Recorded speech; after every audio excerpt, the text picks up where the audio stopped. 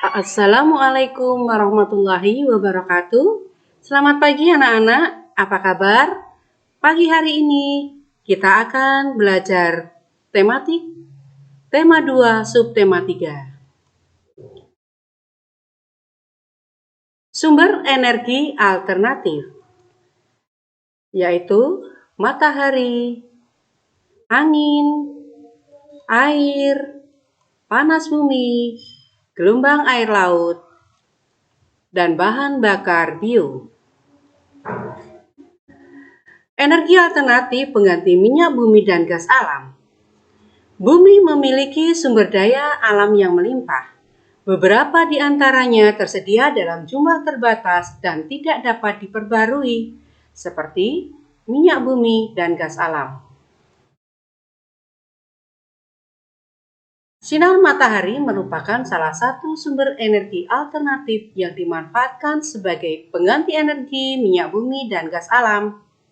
Ini ya contohnya untuk panel surya. Energi alternatif, contohnya sinar matahari. Sinar matahari digunakan untuk pembangkit listrik tenaga surya atau PLTS. Kemudian arus air. Arus air sungai ini dimanfaatkan untuk pembangkit listrik tenaga air atau PLTA. Kemudian angin. Angin dapat memutar baling-baling pada kincir pembangkit listrik tenaga angin atau bayu yang disingkat PLTB. Kemudian kotoran hewan. Pada kotoran hewan itu bisa dihasilkan gas metana yang digunakan sebagai bahan bakar. Panas bumi. Panas bumi dimanfaatkan untuk pembangkit listrik tenaga panas bumi. Energi alternatif ramah lingkungan. Tumbuhan juga dapat dimanfaatkan sebagai energi alternatif, salah satunya adalah kentang. Merupakan umbi batang yang dapat dimakan sekaligus menjadi sumber energi alternatif. Kentang dapat menjadi energi alternatif pengganti baterai. Contoh baterai alami dari kentang. Lampu LED, kemudian sediakan penjepit buaya. Kita masukkan dengan kabel yang diberikan ada lempeng tembaga ini ya, kemudian ini juga lempeng seng. Sumber daya alam dan pemanfaatannya. Indonesia memiliki berbagai macam sumber daya alam. Salah satunya adalah tumbuhan pohon jara ini. Buah jara menghasilkan minyak yang dapat digunakan sebagai bahan bakar. Minyak jara merupakan sumber energi alternatif. Inilah dulu kenapa bangsa Jepang datang ke Indonesia. Salah satunya mencari minyak jara atau buah jara untuk dijadikan minyak pelumas ya. Contoh pemanfaatan buah jara. Minyak dari buah jara sebagai bahan bakar alternatif pengganti solar. Pemanfaatan minyak jara memberikan dampak positif bagi kegiatan ekonomi masyarakat. Banyak industri kecil mengolah minyak buah jara menjadi minyak gosok. Industri-industri kecil tersebut memberikan lapangan pekerjaan baru kepada masyarakat. Berkat tumbuhan jara, masyarakat dapat memenuhi kebutuhannya. Nah, untuk bahasa Indonesia, kita akan belajar tentang teks petunjuk membuat kincir angin dari kertas. Ini adalah kincir angin ya. Khas dari negara mana? Betul, ini adalah dari negara Belanda. Kita dapat memanfaatkan sumber energi alternatif seperti matahari, angin, air, dan tumbuhan. Sebagai energi alternatif, angin dapat menggerakkan kincir angin. Teks petunjuk berdasarkan percobaan.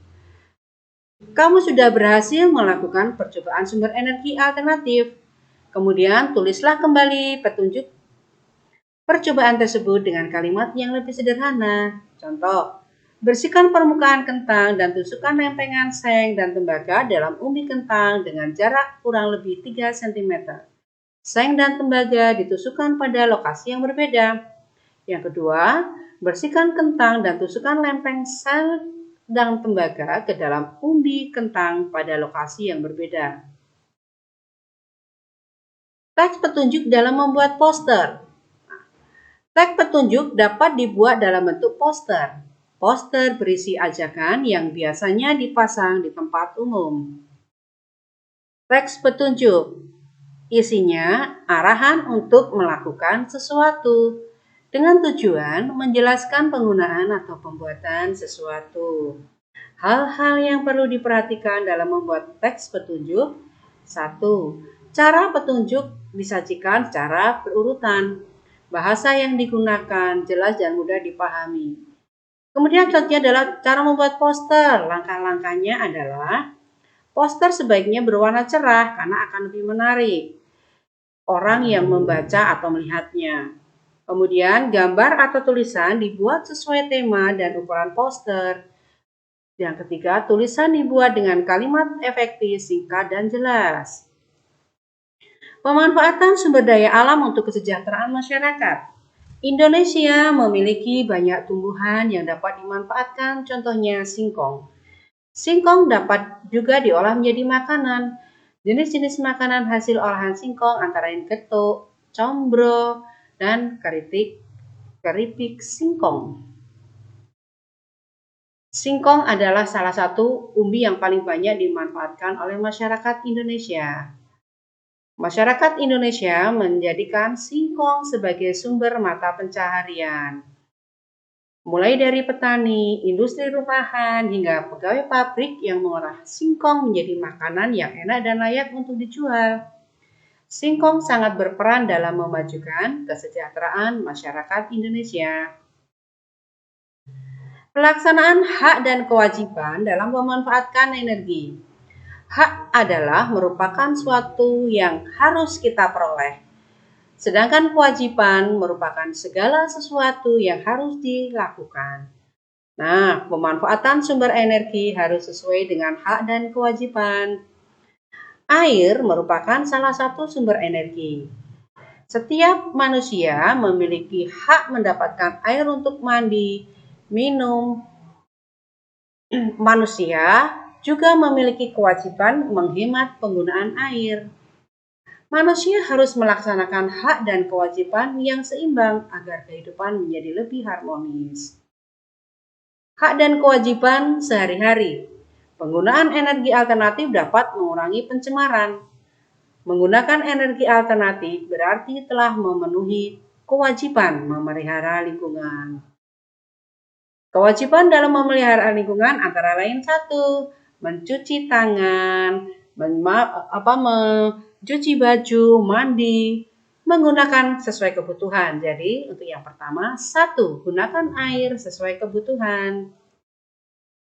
Menggunakan kendaraan hemat energi. Ini ya, goes keliling desa-desa. Boleh. 3. Tidak membuang limbah sembarangan. Limbah di sini bisa sampah ataupun limbah rumah tangga berupa air itu ya. Kemudian menggunakan sinar matahari untuk penerangan di siang hari. Hak-hak yang didapatkan setelah melaksanakan kewajiban memelihara lingkungan antara lain memperoleh udara yang segar. Udara menjadi lebih terjaga jika kita memelihara lingkungan. Kemudian badan menjadi lebih sehat. Dapat menggunakan air bersih untuk mandi, minum, dan mencuci.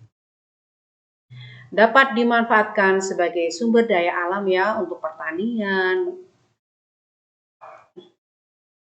Kemudian menyanyi secara berkelompok. Bernyanyi dapat dilakukan secara sendiri atau berkelompok. Dalam bernyanyi secara berkelompok harus 1. Memperhatikan tinggi rendahnya nada.